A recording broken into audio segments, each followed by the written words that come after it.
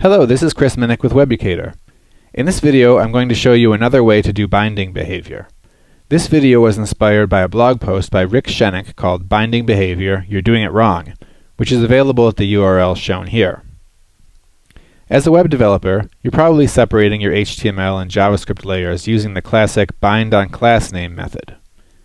In this video, I'll introduce the new and improved bind-on-data-attribute method and explain why it's superior.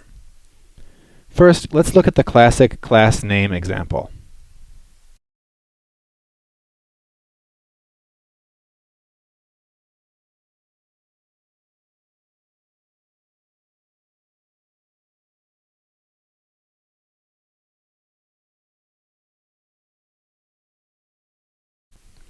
Here, the foo, bar, and baz.js files all register their JavaScript classes with the same name on the global scope.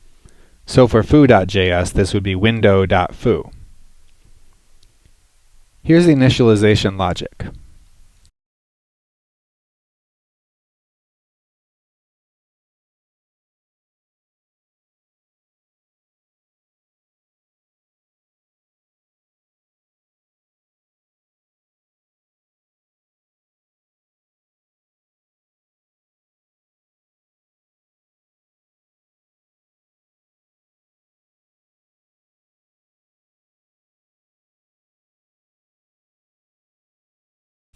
In this example, we're binding our JavaScript using CSS classes.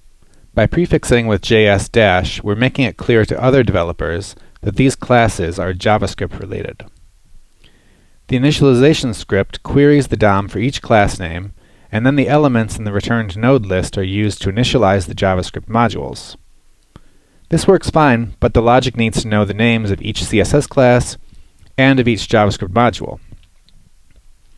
Let's look at how this can be done using data attributes.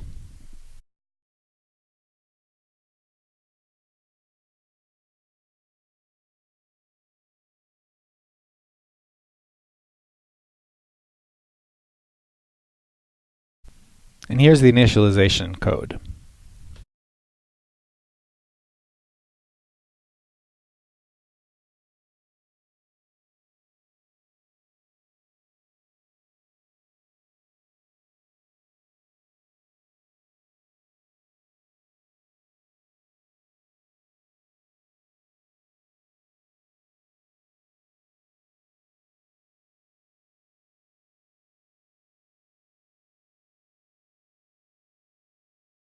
Here, we fetch all nodes that have a data module attribute.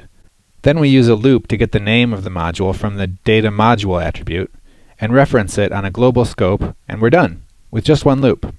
The getElementsByClassName method performs a little bit better, but the querySelectorAll method unlocks other advantages that outweigh the small performance difference.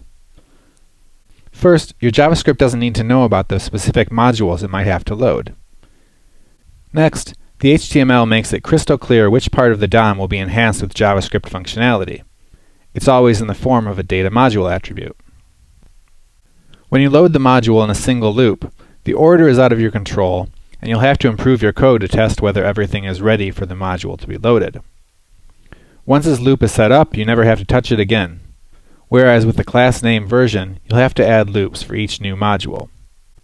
You can take this to the next level by defining modules using UMD and loading your modules asynchronously so that you'll never need to embed the script tag manually.